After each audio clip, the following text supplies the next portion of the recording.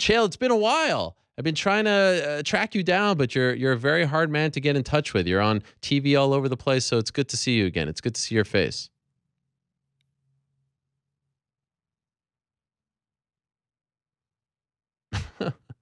I think we just, I don't know if he's equally. Oh, is he back? Usually Chael has crystal clear Skype. His internet over there in West Lynn is usually spot on. Okay, we're calling him on the phone. Apparently we've had issues connecting with Chael Sonnen. This is surprising. This is unlike him. Nevertheless, how about this little nugget, courtesy of my friend Jed Meshew, who also works on MMAFighting.com. Tomorrow, May 15th, is the 20-year anniversary of Chuck Liddell's UFC and MMA debut. How about that? May 15th, 1998, UFC 17. 20-year anniversary today. He announces he's back. Chael, are you there? What's up, Helwani? Hey, I could hear you the whole time. I'm sorry about my connection. How's everything? This doesn't feel right. I feel like I need to see you. It's just not the same. I'd like to see you too, my friend. That's very nice of you. What's going on? Okay, there's a lot going on. So let's start here because we had some breaking news on this program. I know you usually tune in. Maybe you were busy this morning, but your old pal, Chuck Liddell, in studio, officially announcing that he is unretired, that he is back, that he would like to fight Tito Ortiz. He says it's going to happen in November for Oscar De La Hoya's promotion. He also said that if that fight doesn't come to fruition, it's not just all hinging on Mr. Ortiz. He'd like to get a piece of you. But at the end of the day, the pot at the end of this rainbow is John Jones. That's the guy he wants to fight. He thinks he could beat him. What do you make of all of this?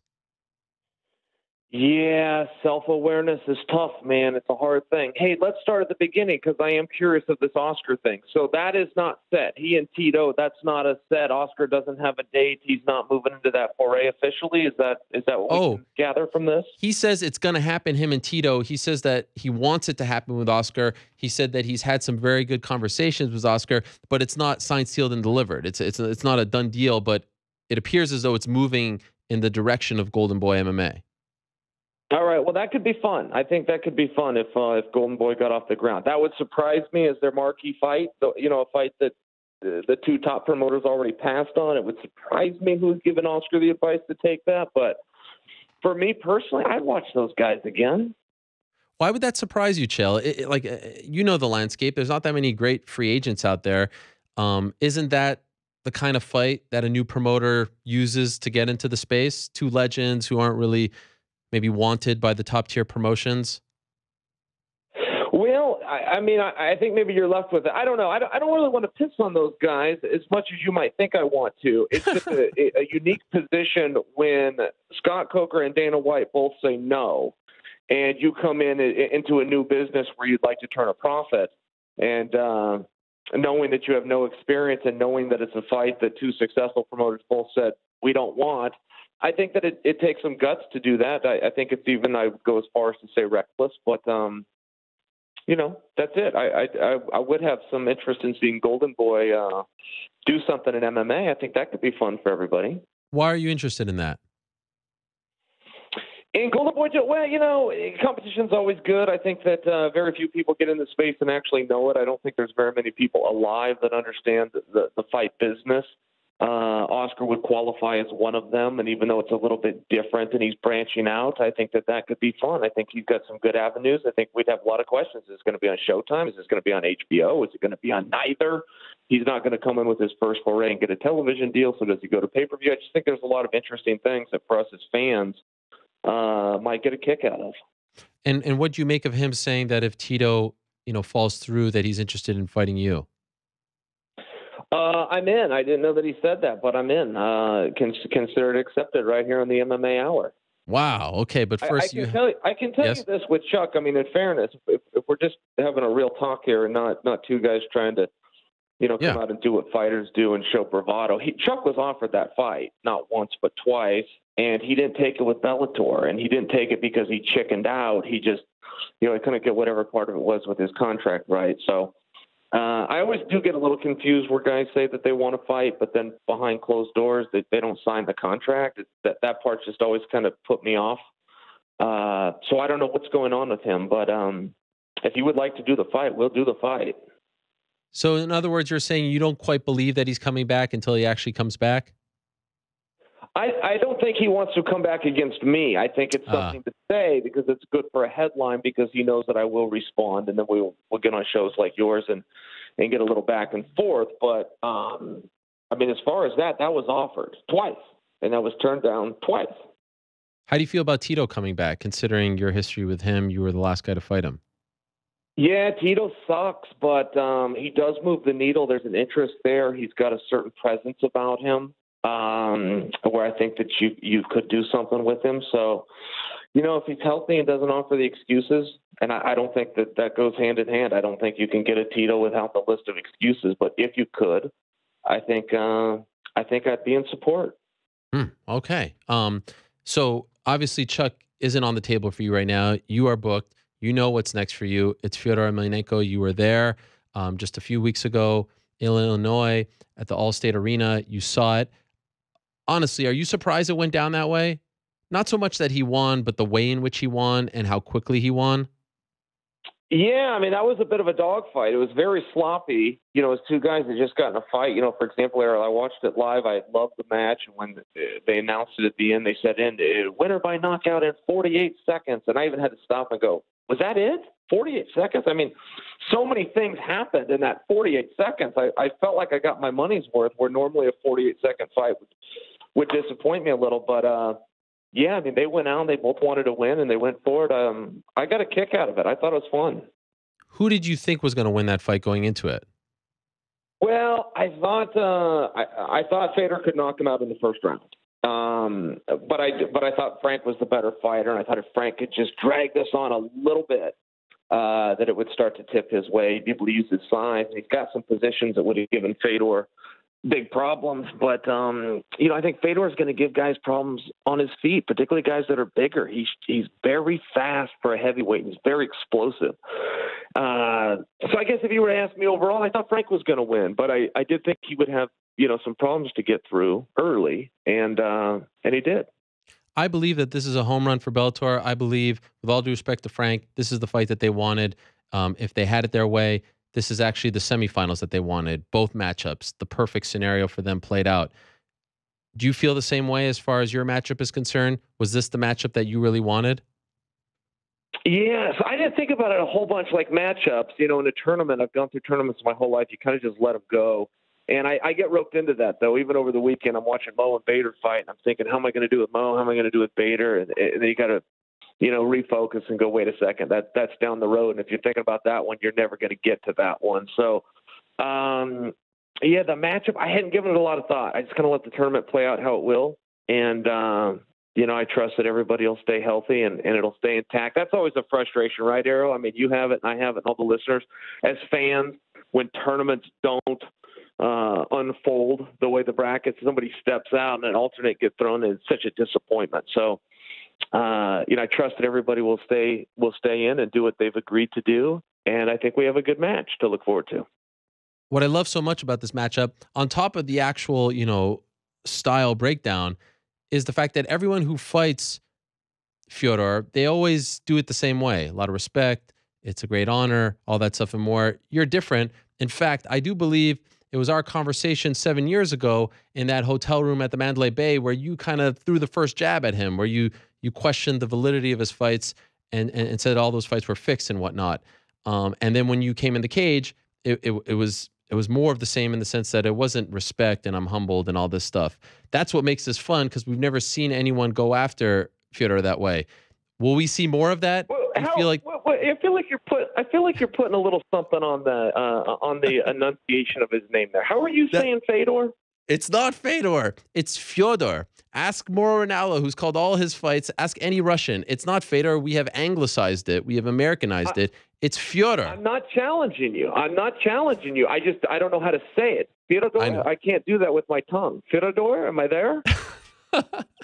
Would you rather that I just do it the American way so it's not awkward? No, I want to get it right myself. I mean, names are important. If they weren't important, we'd all just walk around and call each other Walter. No, I mean, I want to get his name right. Fedor, I can't do it. By the way, that's my second son's name, a fantastic name, Walter, not Fyodor. So thank you for saying that. But Fyodor.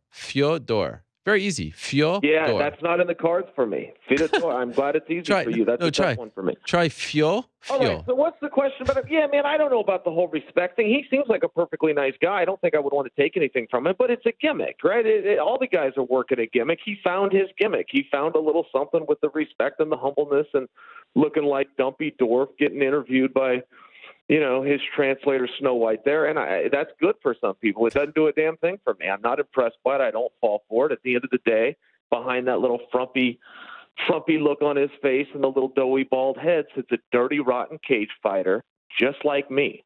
And he can pull the mask over the world's eyes that, I believe in my God and my this and my that. Man, you're getting in a steel cage half naked looking to whip somebody's ass. You're a scumbag, and so am I. So if you want to sell some T-shirts that way, have at it. You've got your style and I've got mine, but I'm not buying into it, and I don't really give a damn about it. You bring up his Japan record. I don't give a damn about that either. Those fights were fixed over there. And does that mean they all were or all of his? I don't even know why we go down that road. If you got a promoter that's fixing fights, the whole thing is tarnished, and his whole thing's tarnished. It only counts what he did in North America. And if he can get over on me, it'll be the staple in his hat because he's never fought anybody like me before. Do you think he understands when you're talking about him? Like when he's standing there, it looks like he's kind of looking off, but do you think he understands everything that you're saying about him? I think that Snow White tells him after the fact. I don't think he has great English, if that's what you're asking. I don't think he's like an Anderson type that just doesn't want to do media, so pretends he doesn't understand. I think he legitimately doesn't speak very good English. I like that about him. I like that he's a Russian that lives in Russia and represents his people and his culture. I think that's honorable. And if he doesn't want to learn the language, I'm not going to force it on him. And that's another thing I love so much about it. Kind of is a bit nostalgic here because this matchup reminds me of you and Anderson, where no one poked the bear, no one went after him, everyone had so much respect for him, and you come in there, say, crap on all of that.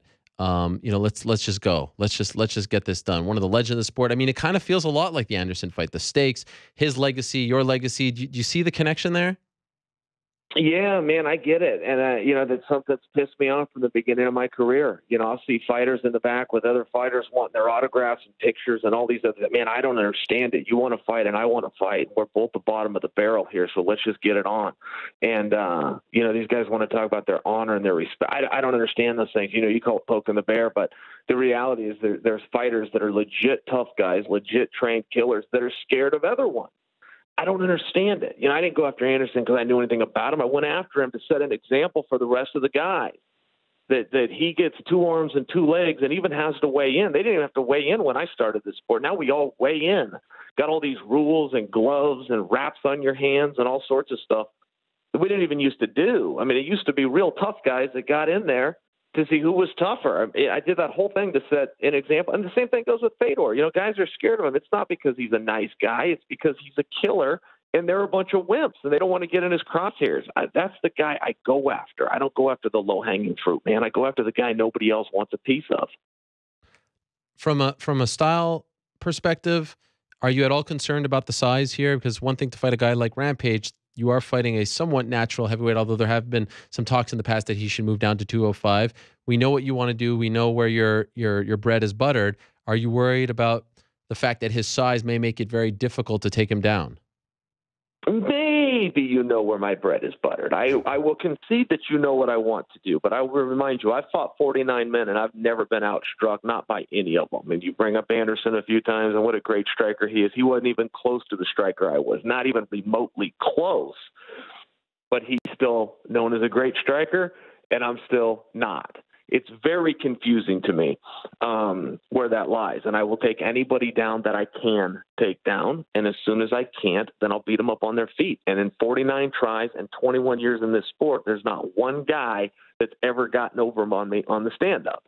I've been knocked down one time in my career. I've never been knocked out, and I've never been outstruck. And I took on some of the great strikers. I could name drop, but I don't know if guys would remember. But Amar Suluev and Alex Stiebling back in the old days. But these were K1 strikers that were supposed to be feared. They didn't even come close to me. So I hear all of these things, but I've never seen it. And if I got to get in a fisticuffs with him, then we'll do that too. And you ask me if his size concerns me. Yeah, I think it's very helpful for him. I think he's the right-sized heavyweight, right in that 240, 235 range is what he weighs in his whole career. That's, a little more than Randy Couture. It's equal with Verdum. It's equal with Stipe. I think that's a real good size for a heavyweight. And even when I was face-to-face with him in the cage, he's even shorter. He's a little shorter than me. And that makes it hard. If you want to come out grappling heavy, it's always better to take on guys that are a little taller. You can get underneath them faster and easier. So, yeah, I think that his size poses lots of problems. I don't give a damn about any of them, and it's not going to stop me from going out there and doing business, but I'm sure it scared plenty of other guys away from the table. Have they told you when this will happen and where yet? No, but I know they're looking at either East Coast or West Coast, which I interpreted as either Los Angeles or MSG. That doesn't mean I'm right on that interpretation. I did that on my own. And they also told me around October, which could mean anytime, September, October, November, around October. Okay. Do you have a preference? No, I mean, the sooner the better. Let's get in there and get this over with. But no, I suppose I don't. A month is whatever side of that goes, it goes. You weren't in San Jose this past weekend, right? No, I was at home watching on television. How is that possible? How do they not have you at all these fights working in some capacity? How is this? Well, need to talk to Scott, so I was supposed to cover for ESPN, so I couldn't do the San Jose date, and then ESPN ended up not covering the pay-per-view, so I was left out. Okay, I understand now. What did you make of was there what? A compliment? I felt like you were about to compliment. There was. You missed Chael on the broadcast. Well, thank you, buddy. That was nice of you. Can I just say, and I hope I'm not getting you in trouble, it is a massive mistake to leave you on the desk during one of those broadcasts. The same way it's a mistake to have John McCarthy at the desk. Like, it should be you and John, the X's and O's guy. You're the promotional guy. You're the hype man, but you're also the X's and O's guy. You guys together, the yin and the yang, is perfect. But to put one of you at the desk or him at the desk, it doesn't make any sense to me. They need to figure that out. Oh, really? You think John and I should do it together? That's interesting. They've never suggested that. That's the no-brainer. But no, you got the three-man booth. All right. Hey, I'm not against you on that. It hasn't been suggested yet. Never got to try it. But thank you. Are you surprised Bader won the way in which he did? Yeah, I mean, Bader's so good. Bader is so good. He's so strong. He's so powerful. He's great conditioning. He works hard. But yeah, I think he was too. I don't think he thought he was going to go out and stop him with one shot in 15 seconds. So yeah, of course I was surprised. And those guys, that fight could go either way. Those guys, you look at them on paper, they're so close. Bader had a little size on him, and I guess a little bit of youth, however far that helps a guy. But yeah, that's a close fight. I still think it is. And I think you go out and do that one again, and we get a lot of minutes out of those two. But yeah, good for Bader, man. Bader's a problem. Bader's a big problem in this tournament. If anybody overlooks him, they're going to have the same result as what happened Saturday. Is it unfair to call him the favorite right now?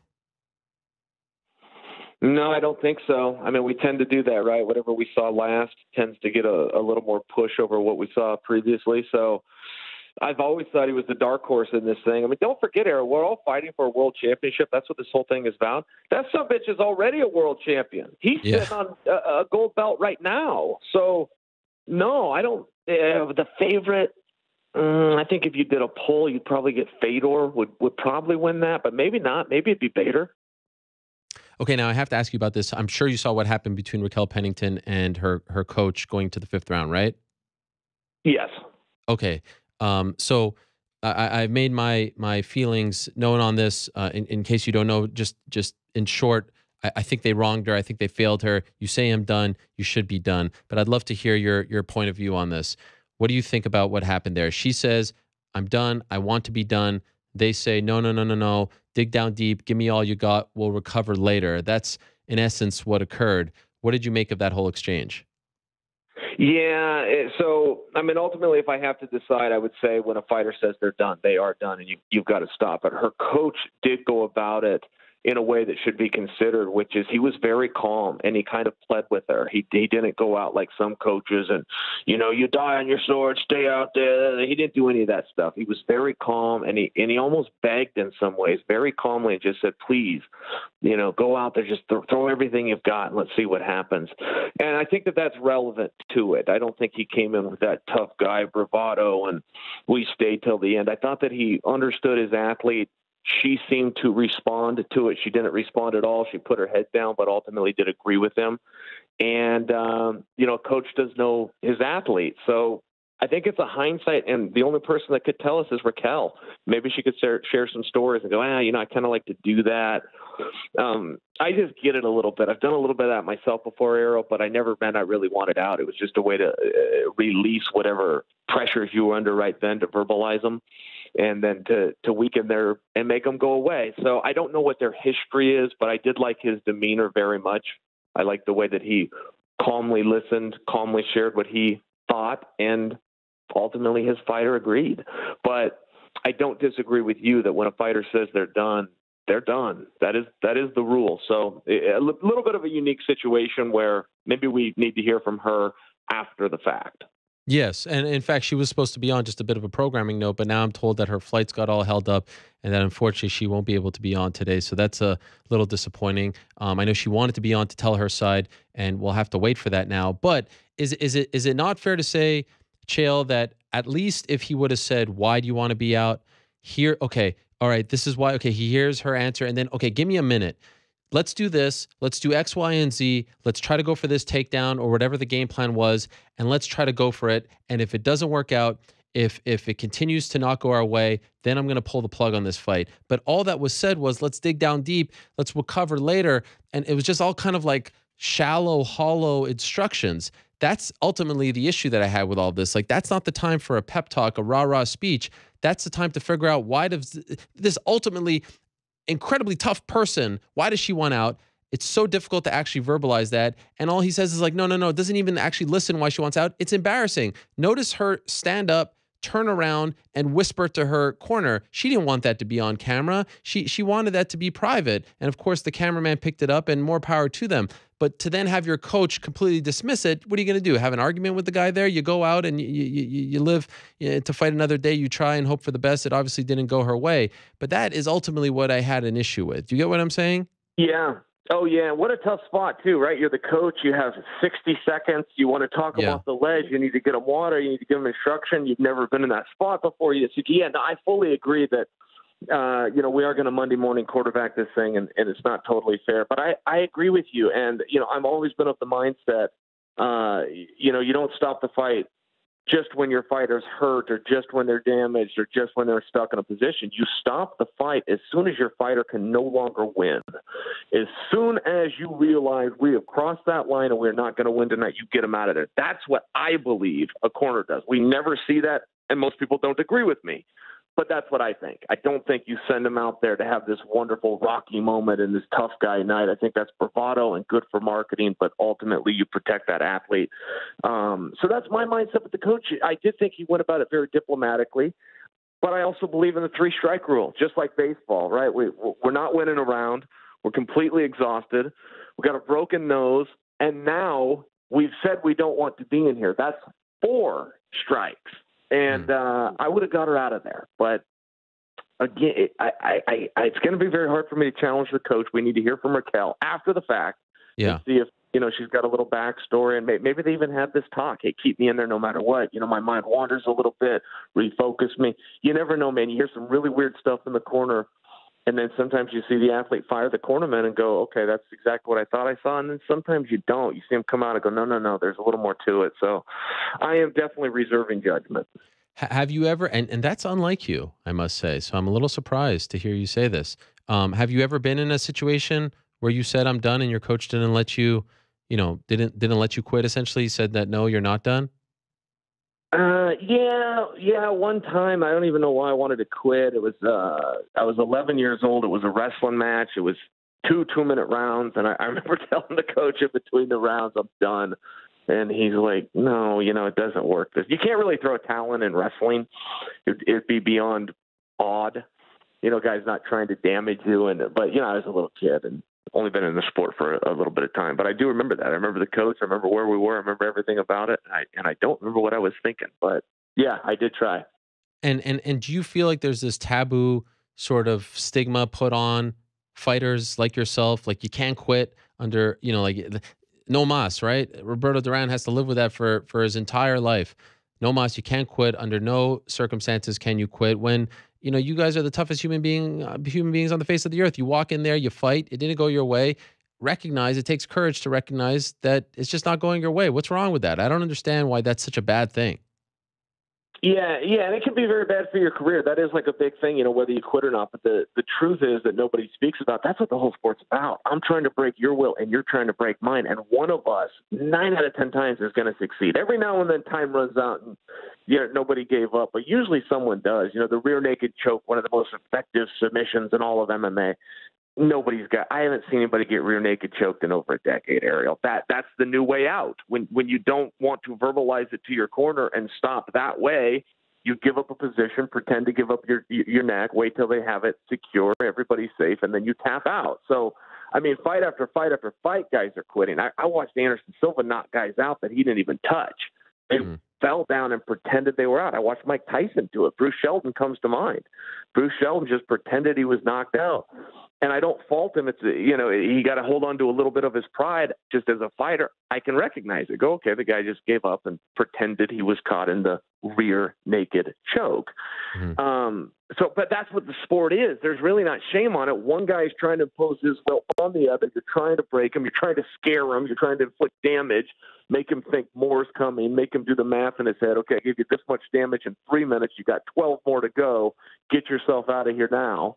I'll open the door up for you. All you got to do is walk out, let your tag team partner, known as the referee, step in here and do his job. But that's what happens. Fight after fight after fight that gets stopped is one person quitting. There's not a shame in it. It's the reality of the sport. That's what you're trying to do. You're trying to get the other guy to quit. You don't want to be caught doing it. You don't want to be caught trying to quit. So I don't know really where that balance lies, but I do understand it. I see it all the time, and the average fan wouldn't recognize it, but it happens. Last thing on this, do you feel like the pay structure comes into play at all? Maybe subconsciously, win money. The corner doesn't want the burden of maybe robbing, quote unquote, their fighter of 50% of their purse. So let them deal with that. Go out there on your shield. If you want to throw a Hail Mary, then it's essentially on you. But that financial burden, where unlike in boxing, you're only getting 50% when you step in, and you've got that other big amount of money, and this is a fighter who hasn't fought in 18 months, hasn't had a big payday. It's just too much to put on one man's shoulders or a corner's shoulders. Do you feel like that comes into play at all? It could perhaps. I don't know. I don't like cornering myself. I don't do it very often, so I can't really speak from the mind of the corner man. I wouldn't think that they would think about that too much, but, maybe it factored in. I would think in this particular situation with Raquel versus Amanda that the cornerman was probably just caught off guard. And kind of looked like that. He was just being a real guy that kind of pled with her very calmly. I thought he was very respectful and soft-spoken. That looked like he was caught off guard and wanted to encourage his fighter to go out there and do 5 more minutes. That's what it looked like to me. Now, whether that's right, wrong, or indifferent, maybe we got to have a dialogue on it. But I doubt that he had time to process and compartmentalize that, all of those different factors. That would surprise me. Okay. Are we going to get to see Amanda versus Cyborg now? Was that ever announced? Did Dana talk about that, or anybody talk about that? No one has talked about it. I know it's something that they're interested in, but it's nowhere near done. Do you like that fight? That's another 35er going up to 145. Oh, I love it. It's maybe the only women's fight that I really genuinely want to see. Yeah, I was very excited. We were promised that fight. I was very excited for that fight, and then we didn't get it. Both girls now have fought and won. And yeah, I think that's all. Don't forget, if you want to fight, if you want to be the number one contender right now for the world championship, all you have to do is raise your hand if the opponent is Cyborg. That's how they're finding people right now. Anyone that says they're willing to do it gets to go out and do it. And you're getting to see just how big of chickens come into this sport. I've never seen anything like this in my life. If I was to tell you there was a time you could fight for a world title, compete for a world title, and all you had to do is raise your hand, you'd go, well, Chael, what year was that, 1950 or 1940 or the 1800s? No, man, it's right here, 2018. 2018, to become a number one contender, you just have to say, I'm willing to do it. And we're not seeing girls do that. So as far as bringing a 35-pounder up, I got no problem with it. I love it. I love that parody. I like the new Dana mindset. I like that we're going to see Cormier versus Stipe. I like that we're mixing and blending. Boxing's been doing that forever, and MMA has been very disciplined to not. I like where we're at right now. Let's blend them. If two people want to fight and it's a compelling match and you got them both under contract, give us the match. Wow. Okay. Just a couple things before I let you go. Vitor Belfort said goodbye on Saturday. Any fond memories of the Phenom, your old pal? Oh, almost all of them. You know, I watched his very first fight. He was 19 years old. He was Vitor Belfort Gracie back then. Those fantastic hands. I remember when he, fighting at heavyweight, fighting guys like Tank Abbott, weighing in at 220 pounds and taking on these big guys. Yeah, it was awesome. All my memories of Vitor are awesome. I thank him for his memories, but I also support him here. I think that enough's enough. I think he looked good Saturday. Machida's a tough style to deal with, and when you get kicked in the face by anybody, let alone Machida, your night is probably going to be over. So, yeah, I got great memories. If I could give any message to Vitor, and I know he watches your show, I would simply say thank you. Wow. Nothing else. For Vitor, no, man, nothing else. What, was that not enough? I meant for that to be very gracious. Is it not enough? Do you want more Vitor stories? I remember there was a time you told him to get your bags and you wanted to fight him. I remember you guys have a bit of a history and it never came to fruition. Yeah, but you have to follow a code. Everybody has to have a code, and that is as soon as somebody's no longer on the roster, you just, you remember them fondly. It's a death, even if it's a death of a career. But once it's over, it's over. I would never challenge somebody to a fight that wasn't a mixed martial artist. And as great as he is and a world champion and a future Hall of Famer, he's no longer a mixed martial artist. He's off the board, and you just remember for the memories. Okay, fair enough. And last thing, what's going on between you and 50 Cent? Is this a thing? Is this really happening? What's going on? He's taking shots at you? What's happening? I haven't the foggiest idea, and I don't know what he's doing. He's the dumbest guy in the room at all times, and it's beyond aggravating to me. And, basically I said that. But, when you bring in a dum-dum, it's really hard to then respect him, right? And he can't not jump the shark. It's not the biggest deal. I don't know that he should have his feelings hurt about this, but he did. And he took a shot at me, and so I came back at him. But it's very fair when I tell you, this guy jumps the shark. This guy is a narcissist on the highest of levels, that he's got to see his social media light up. He can never have a long-term plan. He signed something with Bellator. Nobody knows what he signed on to do or exactly what he's doing, which is baffling and intriguing and will allow for the greatest thing you can have in the world of marketing, which is speculation. Then he was so stupid, instead of letting the picture of the contract signing circulate and let people guess and be baffled and wonder and curious, he had to come out and say, now he wants to fight Rampage, which is beyond silly. So now we know what you're doing. Now we know you're doing nothing. We know you're doing a spoof. We wouldn't have known that, and you could have got 2 months more of headlines out of it if you just had a plan, calmed down, didn't act like a narcissist that had to live for the moment, and see his Twitter feed light up at 140 characters or less, and take a breath. He did the same thing with Floyd Mayweather. I'll remind you, 5 years ago, him and Floyd are best friends. They're sitting in Floyd's kitchen, and they start a fake fight on social media. The whole thing was designed so that 50 Cent could get into the boxing promotion, and he was going to build a fight between Floyd and another guy that he was going to put in his place, since he couldn't go in there and fight Floyd. It's not a terrible storyline until you tell us exactly what you're doing. There used to be a great guy on radio named Paul Harvey, and he would come on and he'd tell these great stories, and then you go to lunch break, and then you tune in for the rest of the story. That's an important thing to do when you're manipulating the media. You don't tell everybody everything at once. And that story I just shared with you about him and Floyd and the plan they hatched in Floyd's kitchen while eating pot brownies, is my guess, was 5 years ago. And to this day, between then and now, 50 Cent has promoted a grand total of 0 boxing events because he's stupid. And he can't slow down. And that's all I said. And you wouldn't think that would hurt a guy's feelings like that, right? I don't know what part of that wasn't accurate. You would think he would thank me, like, oh my God, Chael, you're so smart. I'm so stupid. And, would you help me out a little more? That's what you think. That's what you think you would get Ariel, but no. Instead, 50 had to come at Chael P. Yeah, that seems like it was a mistake. I see him coming out. Yeah, that doesn't seem like a smart move, does it? No. And then his Instagram is just annoying. Is like 15 black photos. Like, what is this? There's nothing on it. Like, what are you trying to prove? I don't know. Oh, he was setting stuff out over the weekend that didn't even make sense. It was misspelled, the punctuation was off, and he kept saying "get the strap," and then he was saying "get the strap" to guys that weren't even in title fights, that weren't part of the tournament. It was just very bizarre. He's a very bizarre guy. All right, well, we'll leave it at that. Chael, great to catch up. I'm sorry we couldn't see you, but this was a lot of fun. We covered a lot of ground, I thought. Kaboom. There he is. Chael Sonnen.